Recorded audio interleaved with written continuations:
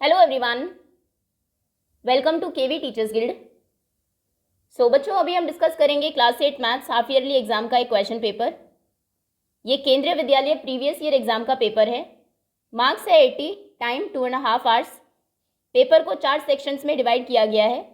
First 5 questions होंगे 1 marks के, then next 10 questions 2 marks, next 10 3 marks और लास्ट 5 मार्क्स के। तो इस तरीके से 30 क्वेश्चंस हैं।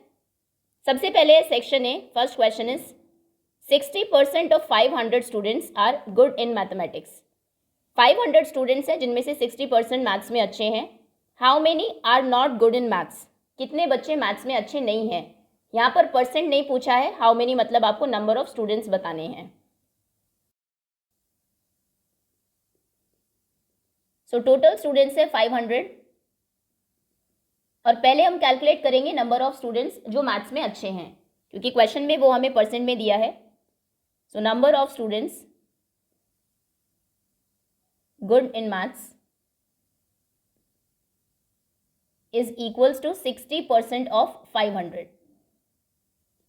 अभी 500 का 60%, 60% by 100 of into 500, zeros are cancelled, 6 5s are 30, 300। मतलब अगर 500 में से 300 बच्चे मैथ्स में अच्छे हैं, सो रिमेनिंग अच्छे नहीं हैं। Number of students not good in maths is 500 minus 300 यानी कि 200। So 200 students are not good in maths। Second question is write a Pythagorean triplet whose one number is 8। Pythagorean triplets आपको बताने हैं, उनमें से एक नंबर 8 है। So triplets होते हैं 2m, m square minus 1 and m square plus 1। क्योंकि ये एक इवन नंबर है, 2m से इसको इक्वेट करेंगे, वहाँ से m की वैल्यू फाइंड करेंगे और फिर वो वैल्यू इन दोनों बाकी जो रिमेनिंग ट्रिपलेट्स हैं इनमें पुट करेंगे। So 2m is equals to 8, m is equals to 8 by 2, m is equals to 4। m की वैल्यू मिल गई। नाउ 4 स्क्वायर माइनस 1, m की वैल्यू यहाँ पर पुट की, इज 16 माइनस 1 इज 15। सो दूसरा ट्रिपलेट है 15। नेक्स्ट m स्क्वायर प्लस 1 यानी कि 4 square plus 1, 4 4s are 16 plus 1 17। So triplets कौन कौन से हैं? इसमें ये 4 ट्रिपलेट नहीं है, ये m की वैल्यू है। एक ट्रिपलेट हमें पहले ही दिया था 8 है और बाकी दो हमने फाइंड किए 15 and 17। Next is when a die is thrown. जब एक डाई को हम थ्रो करते हैं, list the outcomes of an event of getting a prime number. कौन कौन से प्राइम नंबर्स उसके ऊपर आ सकते हैं? प्रोबेबिलिटी नहीं बतानी है, सिर्फ इवेंट्स बताने हैं। So events of getting a prime number. Dice के ऊपर नंबर आ सकते हैं 1 2 3 4 5 6 और इनमें से प्राइम होते हैं 2 3 and 5। Next, how many sides does a regular polygon have if the measure of an exterior angle is 24 degree? एक पॉलीगन में कितनी साइड्स हैं अगर एक्सटीरियर एंगल 24 डिग्री का है? एक्सटीरियर एंगल के केस में क्वेश्चन इजी है। अगर एंगल दिया है, नंबर ऑफ साइड्स पूछी है, तो 360 से डिवाइड कर दीजिए एंगल को, 360 को डिवाइड कर दीजिए एंगल से, नंबर ऑफ साइड्स मिल जाएगी। और अगर नंबर ऑफ साइड्स दी है और एंगल पूछा है तो 360 को डिवाइड कर दीजिए नंबर ऑफ साइड से, एंगल मिल जाएगा। Okay. Fourth question is measure of exterior angle is equals to 24 degree. So number of sides is 360 divided by 24, क्योंकि एक्सटीरियर एंगल का सम हमेशा 360 होता है इरेस्पेक्टिव ऑफ कि पॉलीगन में कितनी साइड्स हैं।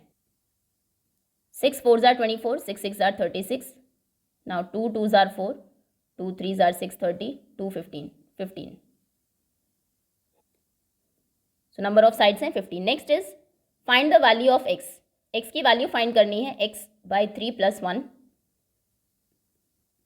is equals to 7 by 15। तो पहले 1 जाएगा राइट हैंड साइड में, माइनस होगा। x by 3 is equals to 7 by 15 minus 1। x by 3 is equals to LCM लेते हैं 15, 7 ही रहेगा माइनस, ये 15 से मल्टीप्लाई होगा क्योंकि 1 है। 15 into 1 is 15। x by 3 is equals to 7 minus 15 is minus 8 by 15।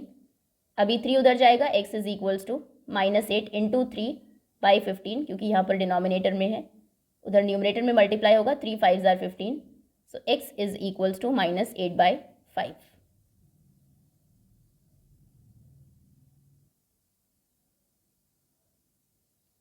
ये सेक्शन ए में 5 क्वेश्चंस थे। नेक्स्ट है section B.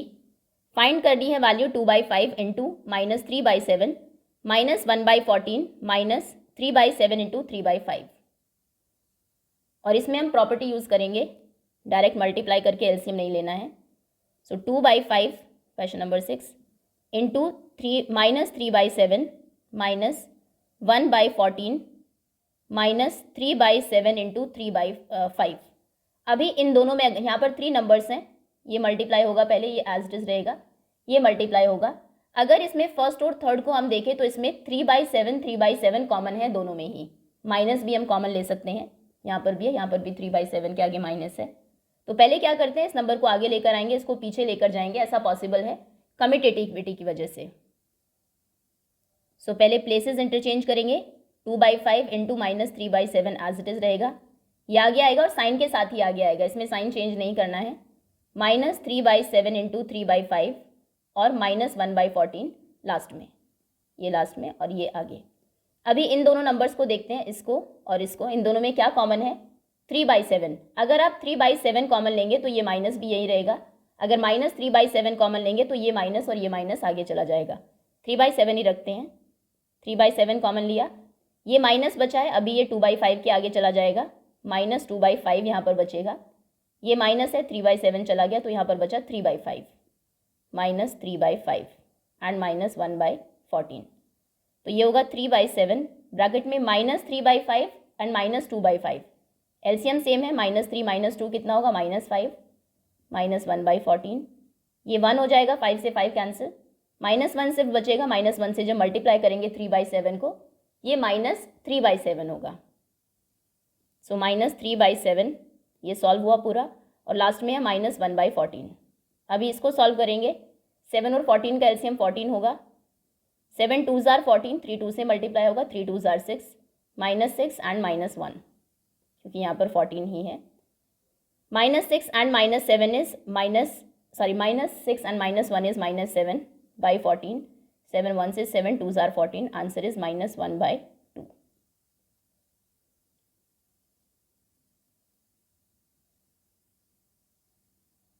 Next 7th question is if numbers are in ratio 5:3, दो नंबर्स हैं 5:3 में हैं, इफ दे डिफर बाय 18, अगर दोनों में 18 का डिफरेंस है, व्हाट आर द नंबर्स बताने हैं क्या है। तो जब भी रेशो दिया हो, एक वेरिएबल हम अज्यूम कर लेते हैं, मान लीजिए x, पहले नंबर को लेंगे 5x और दूसरे को लेंगे 3x।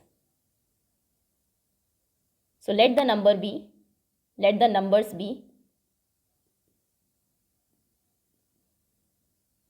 5x and 3x। अभी क्वेश्चन ने कहा है आगे कि दोनों का डिफरेंस 18 है, तो डिफरेंस मतलब ऑब्वियसली बड़े नंबर में से छोटा ही माइनस करेंगे। 5x minus, now according to question difference of these numbers is 18, so 5x minus 3x is 18, 2x is equals to 18, x equals to 18/2, 2 9s are 18, x की value है 9, तो numbers क्या होंगे, नंबर्स थे 5x and 3x।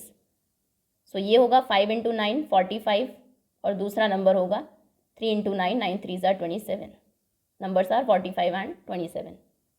Next is two adjacent angles of a parallelogram have equal measures. Find the measure of each of the angles of the parallelogram.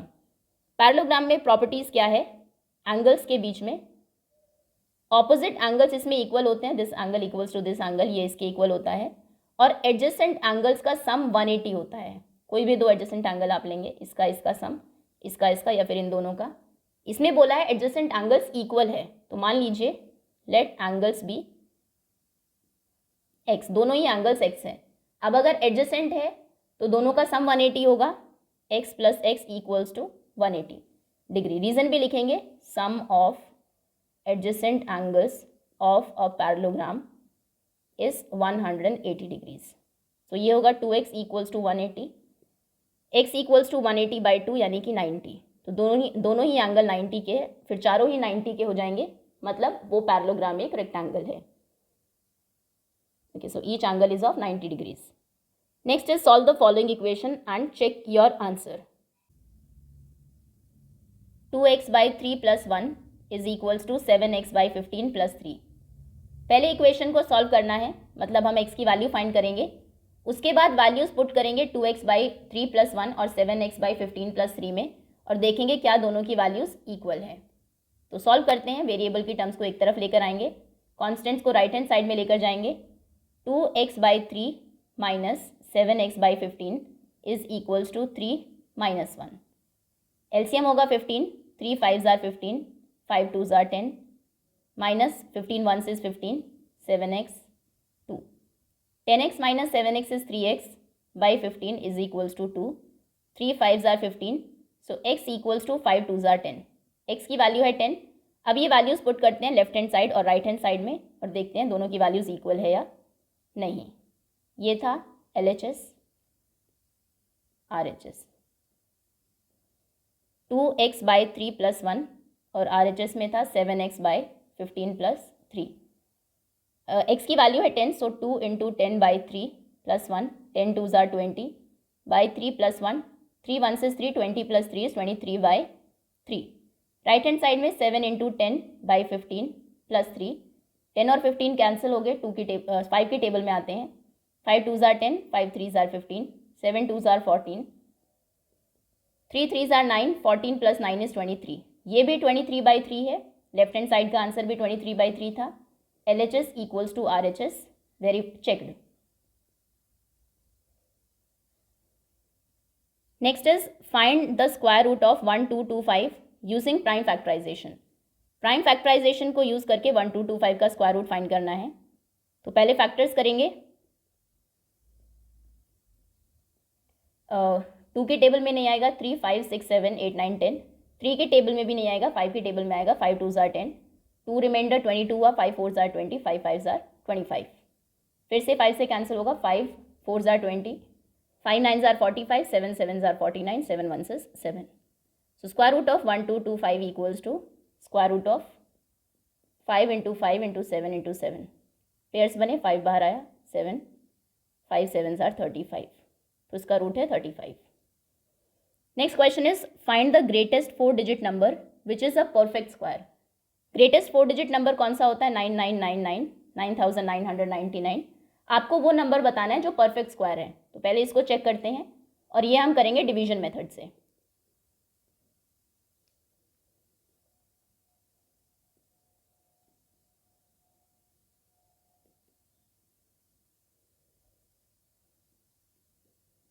Pairs बनाएंगे। 99 table चलेगी, 9 9s are 81, minus 9 - 1 is 8 1 1899। Unit digit add करते हैं, single digit number है, सो 9 + 9 18 होगा। अभी 18 के last में unit digit लिखेंगे और जो डिजिट होगी उतने से उसको मल्टीप्लाई करेंगे। अगर आपने यहाँ पर 7 लिखा सो 187 × 7, 8 लिखा तो 8, 9 चेक करते हैं, 9 नहीं होगा तो फिर 8 देखेंगे, 7 इस तरीके से।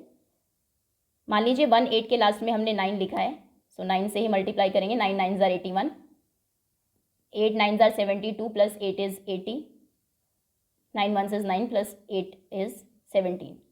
चल रही है टेबल, सो 9 1 7 0 1, 9 - 1 is 8, 9 1। अभी जब हमने स्क्वायर रूट फाइंड किया 9999 का, तो ये परफेक्ट स्क्वायर नहीं है, क्योंकि परफेक्ट स्क्वायर होता तो रिमाइंडर 0 बचता। अभी रिमाइंडर है 198। तो अगर हम 9999 को 198 कम कर दे तो रिमाइंडर नहीं बचेगा। अगर मान लीजिए आप डिवाइड करते हैं 17 को 3 से, 3 5s are 15, 2 रिमाइंडर बचता है। अगर हम इसमें से 2 माइनस कर दें तो ये 15 हो जाएगा, फिर रिमाइंडर कुछ भी नहीं बचेगा। तो अगर 198 माइनस कर देते हैं तो रिमाइंडर 0 होगा, मतलब वो परफेक्ट स्क्वायर बन जाएगा। तो क्या करना है, 9999 में से माइनस करना है 999 is not a perfect square since remainder is not 0. So this minus 198 which is equals to 9 minus 8 is 1, 0, 9 minus 1 is 8 and 9, 9801 वो ग्रेटेस्ट 4 डिजिट नंबर है जो कि परफेक्ट स्क्वायर है। ये आपका आंसर है। चलिए next number is 392 a perfect cube. क्या 392 परफेक्ट क्यूब है?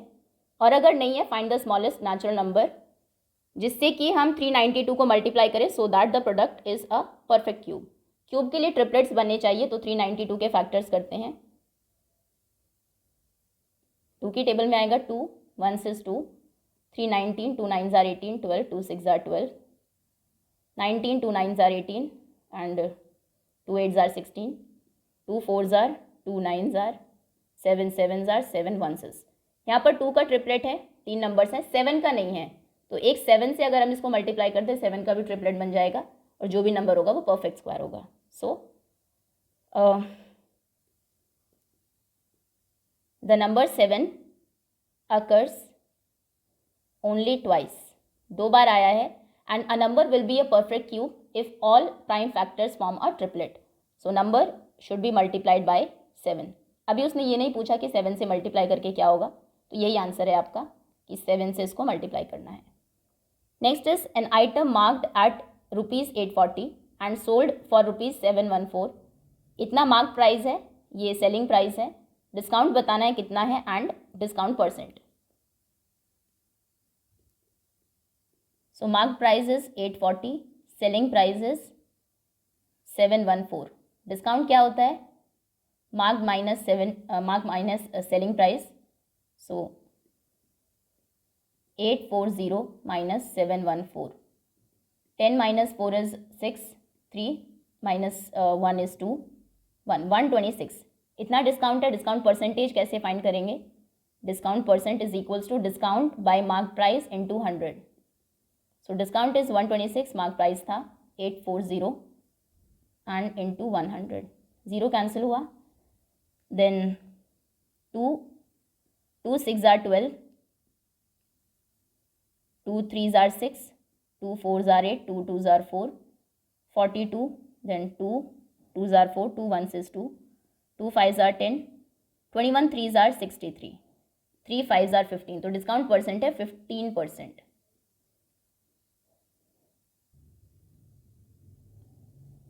Next is a man got a 10% increase in his salary. एक आदमी की सैलरी में 10% का इंक्रीमेंट होता है और उसकी न्यू सैलरी है 1,54,000। Then find is original salary. Original salary कितनी थी? तो मान लीजिए ओरिजिनल सैलरी 100 थी, let original salary be 100। So after increment new salary कितनी होगी? नई सैलरी 10% का इंक्रीज हुआ है, बी 100 नॉट एक्स। 100 प्लस 10 110। अगर ओरिजिनल सैलरी 100 होती तो नई सैलरी 110 होती। एक्चुअल में नई सैलरी कितनी है? इज 1,54,000। तो original salary, actual original salary हम कैसे फाइंड करेंगे?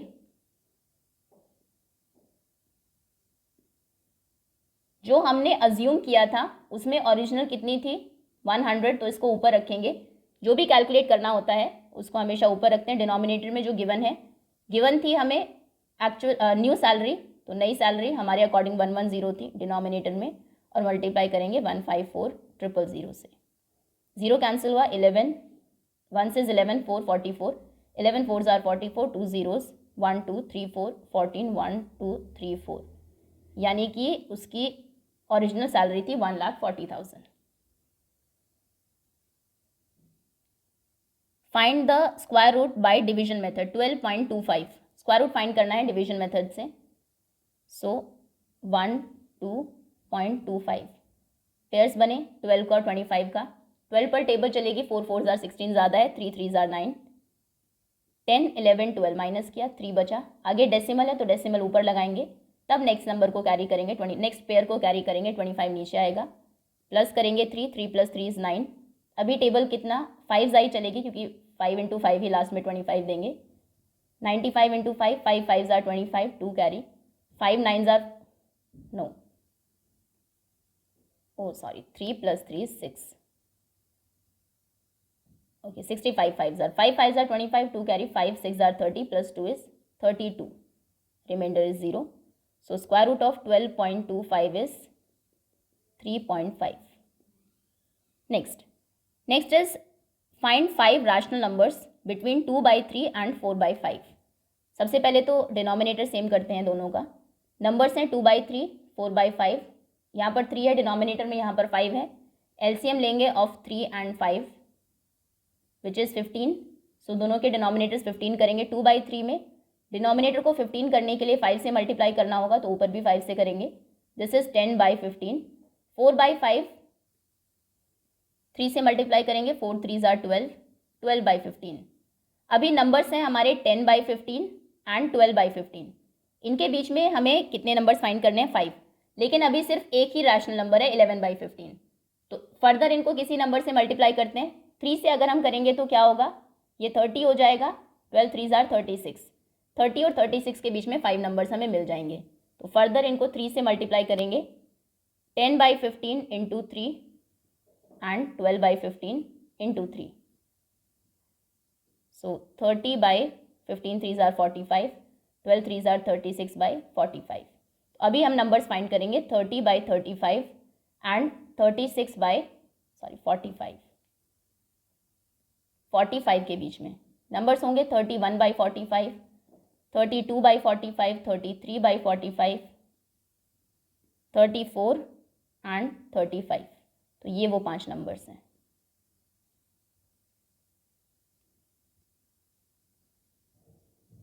Next is prove that the opposite angles of a parallelogram are of equal measure. Prove करना है कि पैरेललोग्राम के ऑपोजिट एंगल्स का मेजरमेंट इक्वल है। अगर मान लीजिए ए बी सी डी है, so angle A equals to angle C. So मान लीजिए ये हमारा पैरेललोग्राम है A B C D. To prove angle A equals to angle C, construction इसमें करेंगे, ज्वाइन करेंगे ए और सी को।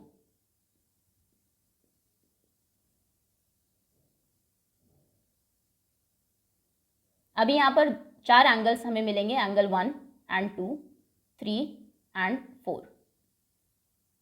Now proof. अगर इन दोनों एंगल्स को हम देखें, यहाँ पर ये दोनों लाइंस पैरेलल है, ये ट्रांसवर्सल है, तो यहाँ पर एंगल 4 और एंगल 1 इक्वल होगा। ये z बन रहा है ऑल्टरनेट एंगल्स की वजह से। So angle 1 equals to angle 4। Angle 1 is equals to angle 4। Reason being AD and BC are parallel lines.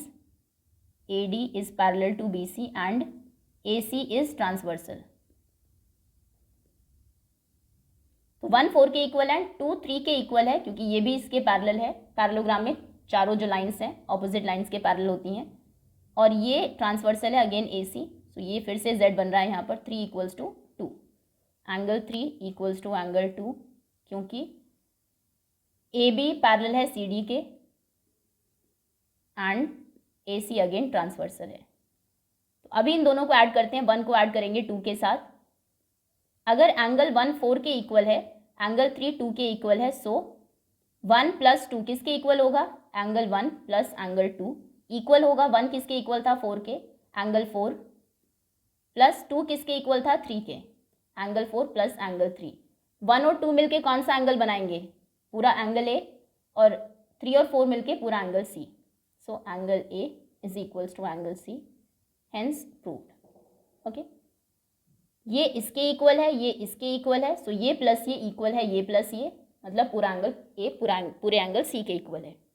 Next is present age of Anu and Raj are in the ratio 4:5। सो एक की as को 4x ले लेंगे, एक को 5x। 8 years from now the ratio of their ages will be 5:6. Find their present age. So let present age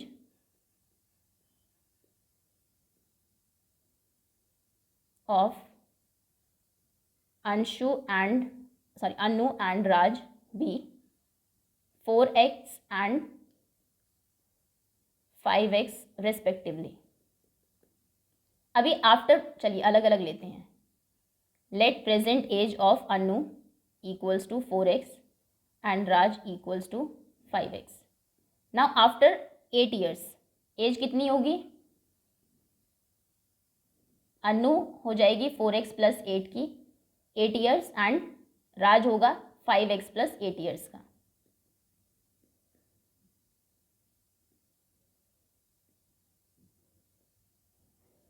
according to question, अभी question ये कह रहा है कि 8 साल के बाद दोनों की एज का रेशो 5:6 हो जाता है। मतलब इन दोनों का ratio 4x plus 8/5x plus 8 is equals to 5/6।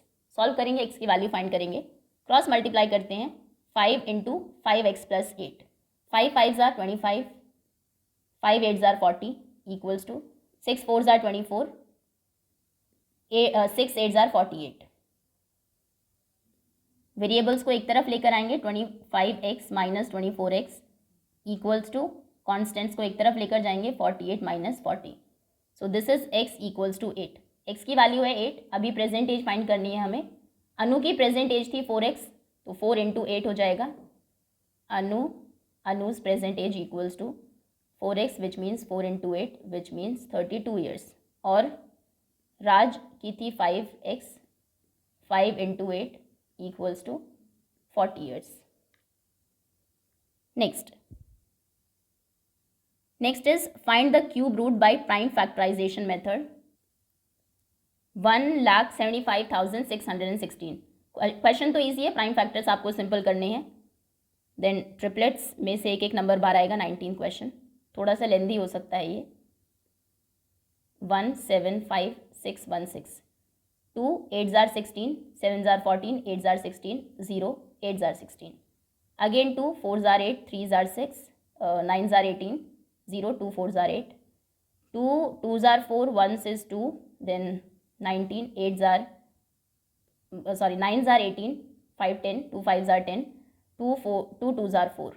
Next 2 again, 1s is 2, table नहीं चलेगी, 0, 9s are 18, 7s are 16, 7s are 14, then 12, 6 are 12, 2 5s are 10, 9 4s are 8, 17, 8s are 16, again 16, 8s are 16, 2 2s are 4, 7s are 14, 4s are 8, 4s are 8, 2 1s is 2, 17, 7, 3s are 6, 7s are 14, 2s are 4, 2 6 are 12, 8s are 16, 6 are 12, 2 3s are 6, 2 4s are 8, 2 3s are 6, 343.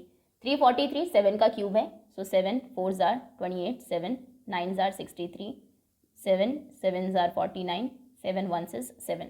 ये prime factors हैं. अभी triplets 3 के groups बनाएंगे.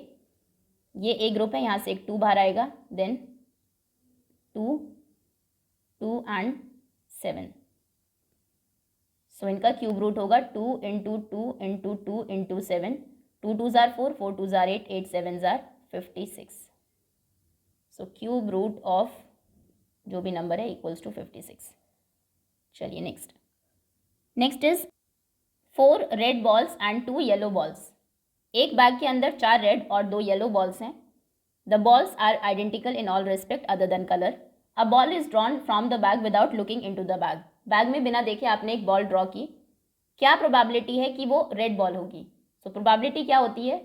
Probability of an event equals to number of favourable outcomes divided by number of total outcomes. Total outcomes कितने हैं? Total balls कितनी है bag के अंदर? 6, 4 रेड और 2 येलो. और हमारे फेवर में कितनी बॉल्स हैं? हमें चाहिए रेड बॉल, और रेड है 4. सो 4/6 प्रोबेबिलिटी होगी. 2 2s are 4, 2 3s are 6, 2/3. आगे है इज इट मोर और less than getting a yellow ball. ये प्रोबेबिलिटी येलो बॉल से ज़्यादा है या कम है? सो क्योंकि उसमें रेड बॉल ज़्यादा है तो उनकी ही प्रोबेबिलिटी ज़्यादा होगी. Answer is more. Next, calculate the amount and compound interest on 62,500 for 1.5 years at 8% per annum compounded annually. Okay, अभी यहाँ पर टाइम फ्रैक्शन में है और कंपाउंड इंटरेस्ट का जो फॉर्मूला है उसमें टाइम पावर में होता है, नंबर ऑफ ईयर्स. पावर में हम फ्रैक्शन में नंबर नहीं लिख सकते. तो पहले हम 1 ईयर का कैलकुलेट करेंगे, उसके बाद हाफ ईयर का. और 1 ईयर में चाहे आप कंपाउंड इंटरेस्ट के फॉर्मूला से करिए या फिर सिंपल इंटरेस्ट के आंसर सेम आता है. सो प्रिंसिपल है 62,500, time is 1.5 years and rate is 8%. तो पहले इंटरेस्ट कैलकुलेट करते हैं फॉर फर्स्ट ईयर, पहले 1 साल के लिए. सिंपल इंटरेस्ट से कर लेते हैं. PRT/100, 62,500 into rate is 8, time is 1 year by 100, दोनों 0 कैंसिल होगी. 8 5s are 40, 0 4, 8 2s are 16 plus 4 20, 8 6s are 48 plus 2 50, 5,000. तो पहले साल का इंटरेस्ट है 5,000. अमाउंट आफ्टर फर्स्ट ईयर, पहले साल के बाद अमाउंट कितना हो जाएगा? प्रिंसिपल था 62,500, 5,000 रुपये हमें इंटरेस्ट के मिले, तो ये होगा 62 + 5 67,500। ये अभी नेक्स्ट ईयर का प्रिंसिपल बनेगा। कंपाउंड इंटरेस्ट में ऐसा ही होता है। नेक्स्ट ईयर पूरा साल नहीं है हमारे पास, सिर्फ हाफ ईयर है, तो उसके लिए कैलकुलेट करते हैं interest for next half year या फिर 6 मंथ्स। ये भी PRT/100। प्रिंसिपल अभी कितना है? 67,500। रेट 8 है, टाइम है 1/2 डिवाइडेड बाई 100। 0 कैंसिल हुई, 2 4 = 8, 4 5 = 20, 2 और 28, 2 30, 3 24, 5 6 7 37, सॉरी 27, 2,700 रुपीज़। तो अमाउंट आफ्टर 1.5 ईयर कितना होगा? इज 67,500। फर्स्ट ईयर के एंड में था 2,700, अगले आधे साल के लिए इंटरेस्ट लगा, तो ये होगा 0 0 7 + 5 12, 2 1 कैरी, 6 7 8 9 एंड 6, 69,200 ये अमाउंट है। उसने कहा था अमाउंट बताइए और कंपाउंड इंटरेस्ट भी बताइए कि कितना है।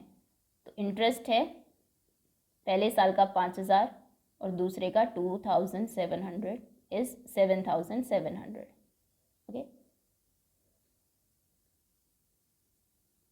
Next is Meenu bought 2 fans for ₹1,200 each. Meenu ने 2 फैंस खरीदे, हर एक की कॉस्ट है 1,200 रुपये। She sold 1 at a loss of 5%, एक को उसने 5% के लॉस पर बेचा और दूसरे को 10% के प्रॉफिट पे। सेलिंग प्राइस बताइए दोनों का ही and find out the total profit और लॉस। सो अलग अलग कैलकुलेट करते हैं। Fan 1,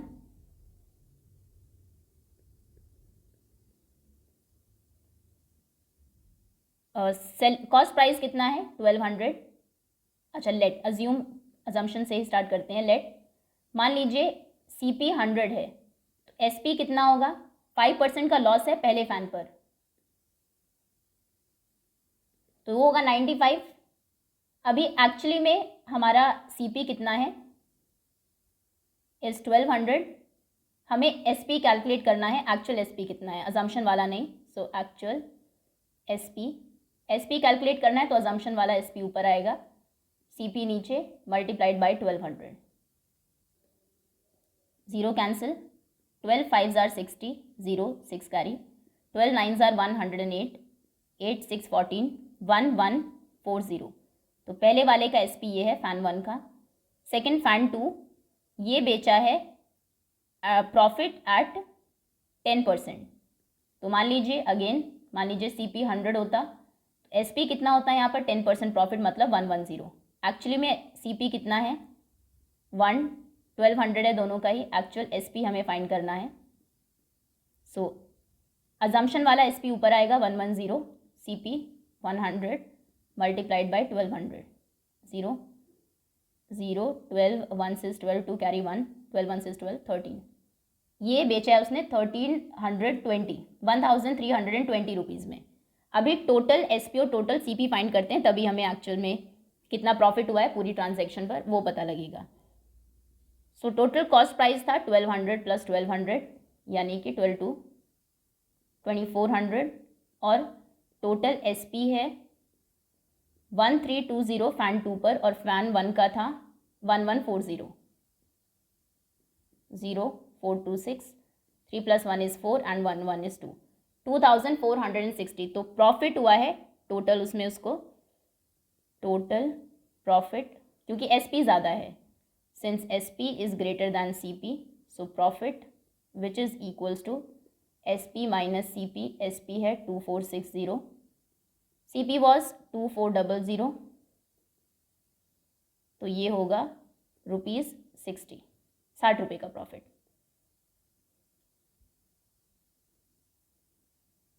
next 23rd question, the digits of a 2 digit number differ by 3। एक 2 डिजिट नंबर है, दोनों का डिफरेंस 3 है, दोनों डिजिट्स का। मान लीजिए नंबर हो सकता है 63, यहाँ पर भी डिफरेंस 3 है, या फिर 74 या फिर 47 भी। If the digits are interchanged, अगर डिजिट्स को इंटरचेंज कर दे, 47 को 74 बना दे, then the resulting number is added, sorry, and the resulting number is added to the original number, फिर हम ओरिजिनल नंबर में उसको ऐड करें, वी गेट 143, तो हमें 143 मिलेगा। आपको बताना है कि ओरिजिनल नंबर क्या था। सो मान लीजिए आंसर 23। अब इसमें हमें दो डिजिट्स अज्यूम करनी, एक अज्यूम करनी होगी, यूनिट या फिर टेंस, किसी को भी हम ले सकते हैं। मान लीजिए यूनिट डिजिट x है, तो टेंस डिजिट कितनी होगी? अब वो इससे 3 ज़्यादा भी हो सकती है, 3 कम भी हो सकती है, डिफरेंस 3 दिया है, कौन सी ज़्यादा है कम है वो गिवन नहीं है, तो प्लस में ले लेते हैं, कैलकुलेशन ईजी होगी। And tens digit be x+3।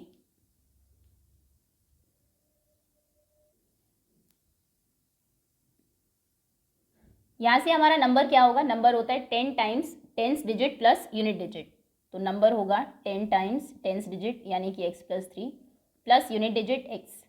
So original number था 10x प्लस 10 × 3 = 30 प्लस x यानी कि 11x + 30। Now after interchanging digits,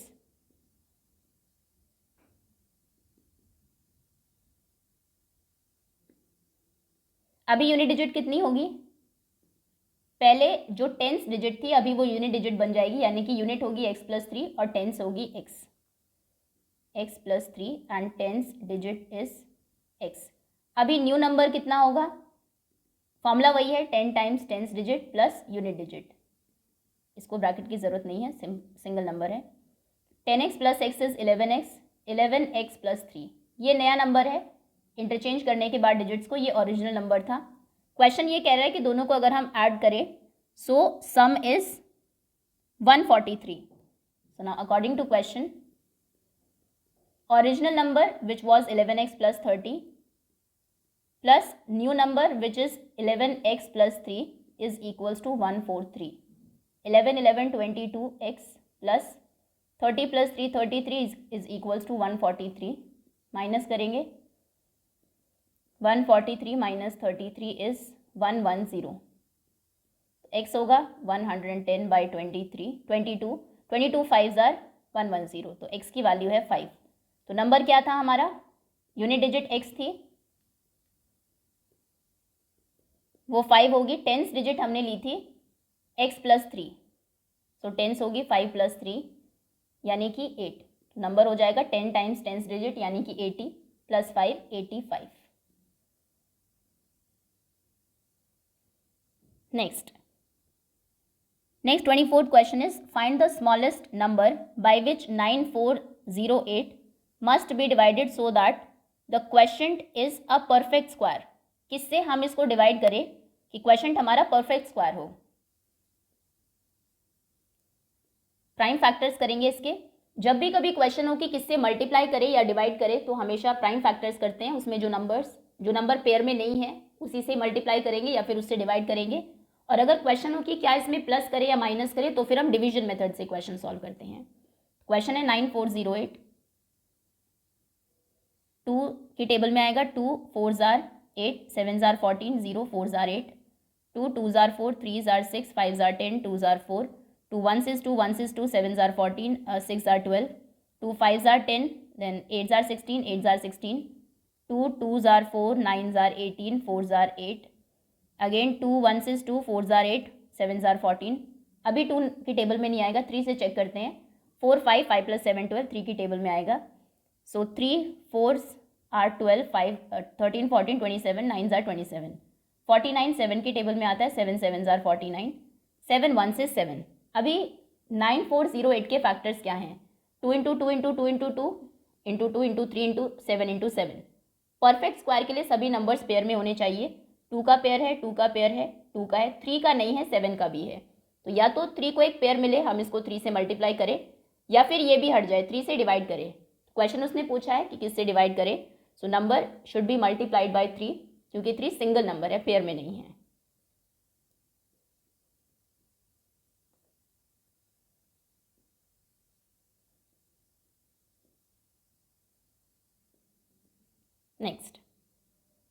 next is the adjacent figure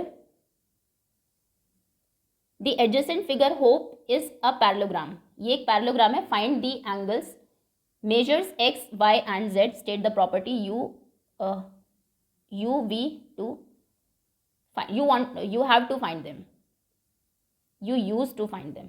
चलिए एनीवेज, एक्स वाई जेड की वैल्यू फाइंड करनी है. ये 70 है, 40 वाई. सबसे पहले तो वाई को निकालना आसान है, पैरेललोग्राम अगर है, दोनों लाइंस पैरेलल है, ये ट्रांसवर्सल ले लीजिए. तो y इज इक्वल्स टू 40, पहला स्टेप यही होगा. y is equals to 40 alternate angles.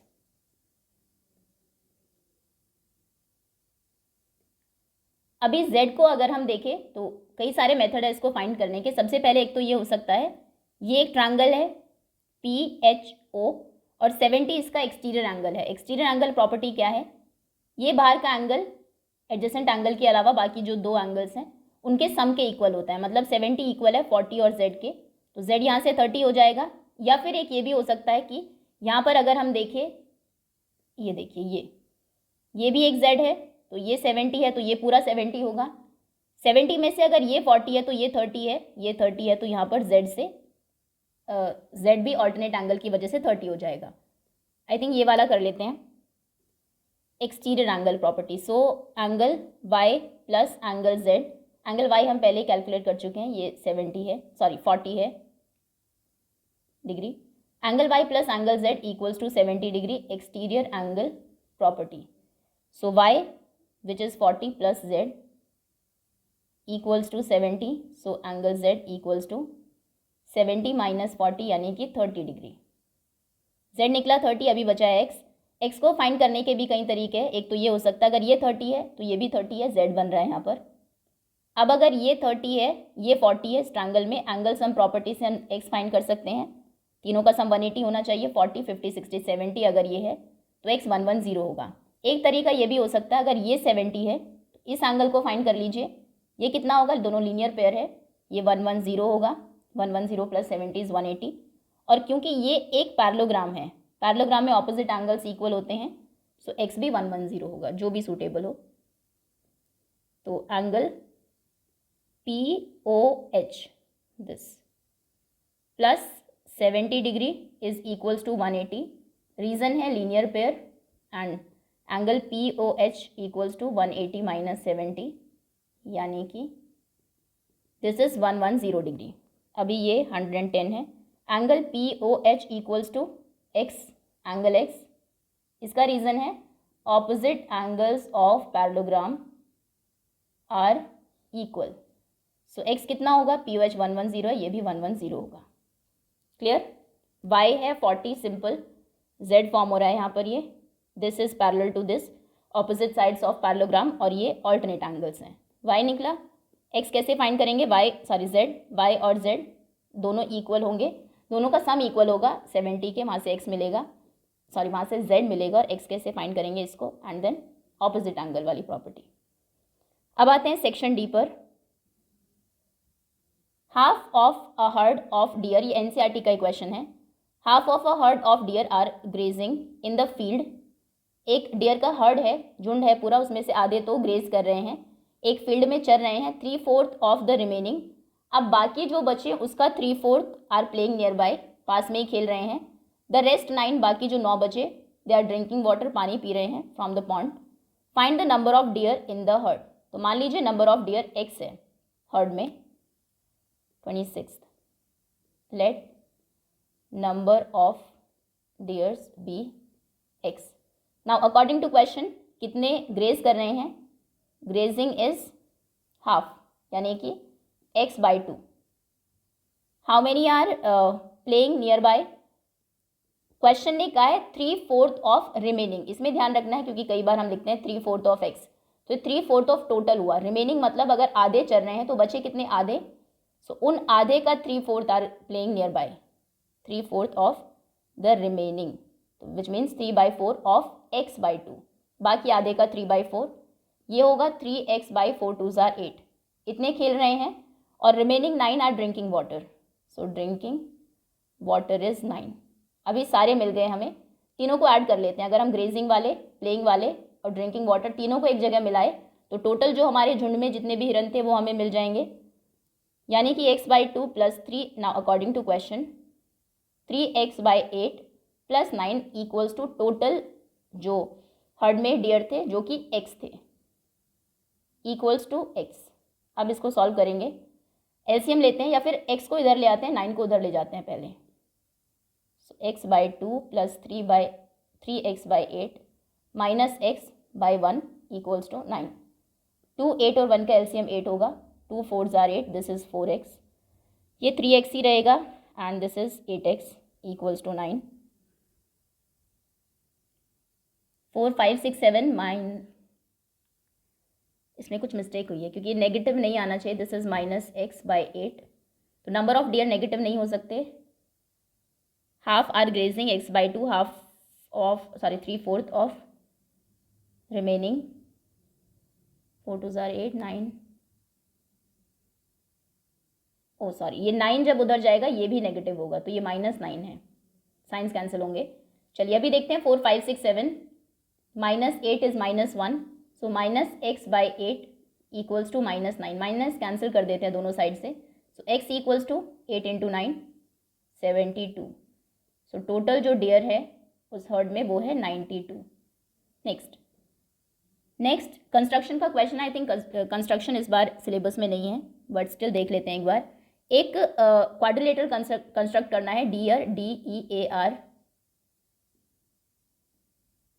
इसमें DE है 4, EA है 5 सेंटीमीटर्स, AR है 4.5, एंगल E ये है 60 एंड एंगल A है 90। तो ईजी है, पहले DE बना लीजिए, 4 सेंटीमीटर की एक लाइन ड्रॉ करेंगे, उसके बाद E पर 60 डिग्री का एंगल बनाएंगे, एक आर्क यहाँ पर रखकर सेम डिस्टेंस से एक और आर्क, उसके बाद कंपास में 5 सेंटीमीटर की डिस्टेंस लेंगे, कट करेंगे, जैसे ही कट करेंगे हमें A पॉइंट मिल जाएगा, ये DE था। इस पॉइंट के ऊपर 90 डिग्री का एंगल बनाएंगे, यहाँ से दिस 90 डिग्रीज, और वहाँ से 4.5 कट करेंगे, ये R पॉइंट मिलेगा, R और D को ज्वाइन करेंगे। चलिए next 28 question. Fabina borrows rupees 12,500 at 12% per annum for 3 years at simple interest।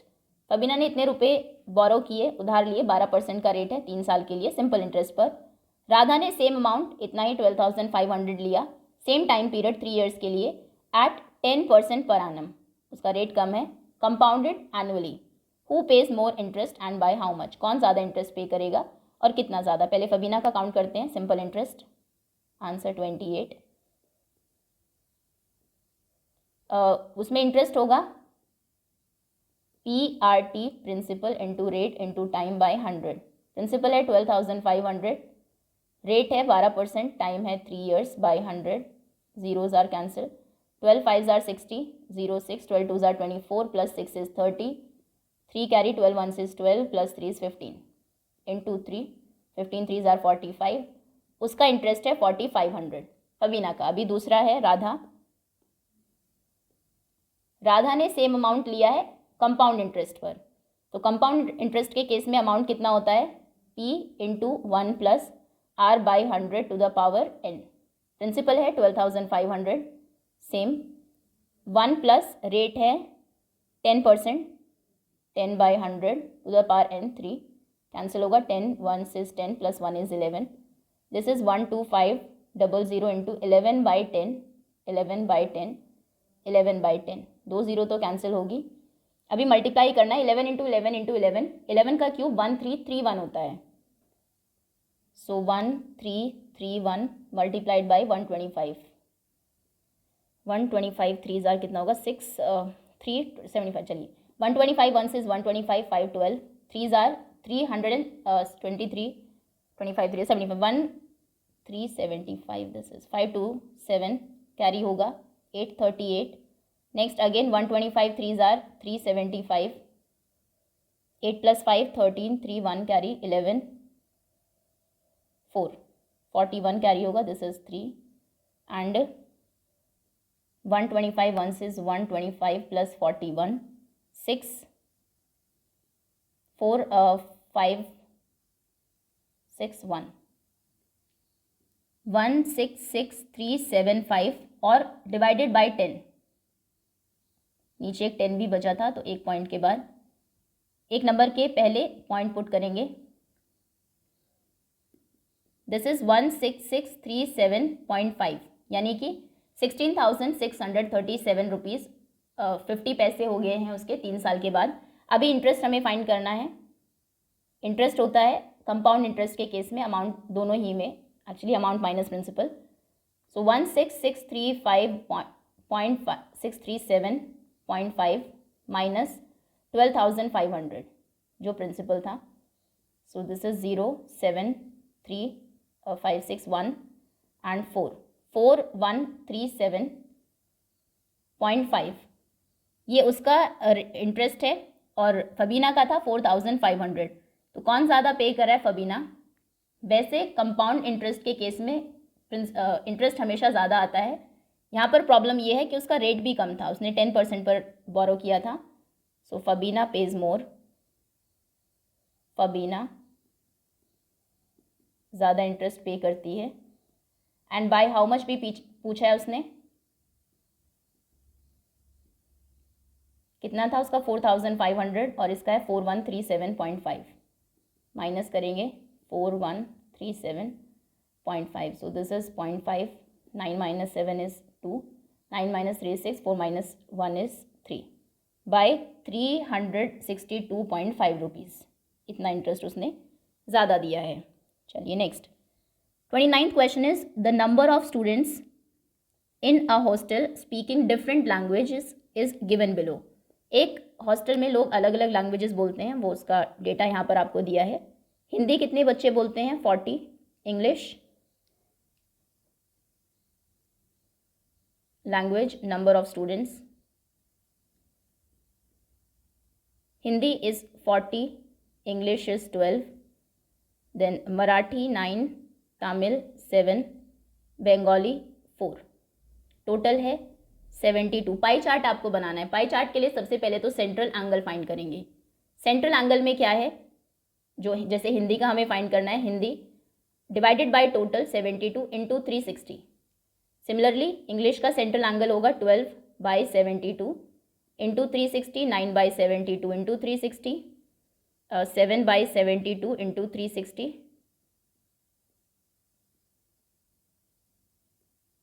अभी इसको बार बार सॉल्व करने से अच्छा है 72 से डायरेक्ट 360 को कैंसिल कर लेते हैं, ये सभी में क्योंकि कॉमन स्टेप है। सो 72 5 जार 360 होते हैं, देख लेते हैं। 5 2 जार 10 1, 5 7 जार 35 प्लस 1 36, कैंसिल होगा 5 5। अभी सेंट्रल एंगल हमें मिलेगा 4 5 जार 20 200। तो हिंदी 200 डिग्री आउट ऑफ 360, 12 5 जार 60, इंग्लिश 9 5 जार 45 डिग्री, देन 7 5 जार 35 एंड 4 5 जार 20। अभी हम क्या करेंगे? सर्कल बनाएंगे सबसे पहले। सेंटर से ये एक लाइन होगी, यहाँ पर पहला एंगल होगा 200 का। डी में क्योंकि आपका सिर्फ 180 तक ही है, तो 180 यहाँ पर होगा बिल्कुल सामने। फिर यहाँ पर हम डी रखेंगे 20 सेंटीमीटर और 20 डिग्री और कैलकुलेट करेंगे, उसके बाद वो 200 का बनेगा अप्रॉक्स यहाँ तक। ये हिंदी वाले हैं। उसके बाद है 60, फिर कंपास को यहाँ पर इस पॉइंट पर रखेंगे, 60 डिग्री का एंगल बनेगा। नेक्स्ट है 45, फिर 45 का बनेगा, फिर 35 का बनेगा और लास्ट में 20 का अपने आप बच जाएगा। इसमें एक की बना देंगे अलग अलग, यहाँ पर लिख देंगे कि ये जो साइन है ये हिंदी का है, ये इंग्लिश का है, ये मराठी का है, then Bengali and Tamil and Bengali. तो इस तरीके से पाई चार्ट बनता है। पहले सेंट्रल एंगल फाइंड करना है, जिसका भी सेंट्रल एंगल निकालना है उसके number divided by total into 360, तभी आपको यहाँ से एंगल मिलेंगे जो आपको सर्कल के अंदर ड्रॉ करने हैं। Next is the weekly wages in rupees of 30 workers in a factory are. ये 30 वर्कर्स की वेजेस आपको दी है। एक को 830 रुपीज़ मिलते हैं, 835। टैली मार्क यूज़ करना है आपको, फ्रीक्वेंसी टेबल बनानी है, जैसे 800 to 810, 810 to 820, और उसके बाद उससे हिस्टोग्राम ड्रॉ करना है। टाइम लगेगा, बाकी क्वेश्चन इजी है। 800 to 810, 810 to 820, इसमें हाईएस्ट वैल्यू देखते हैं क्या है। लोवेस्ट तो 804, 800 से कम नहीं है। चलिए 900 तक ही बना लेते हैं। Then 820 to 830, 830 to 840, I think ये कर लेंगे आप खुद। इसमें करना क्या है, सिंपल, मान लीजिए फर्स्ट ये नंबर है 830, इसके लिए एक टेलीमार्क हम लगाएंगे किस फ्रीक्वेंसी, एक सेकेंड,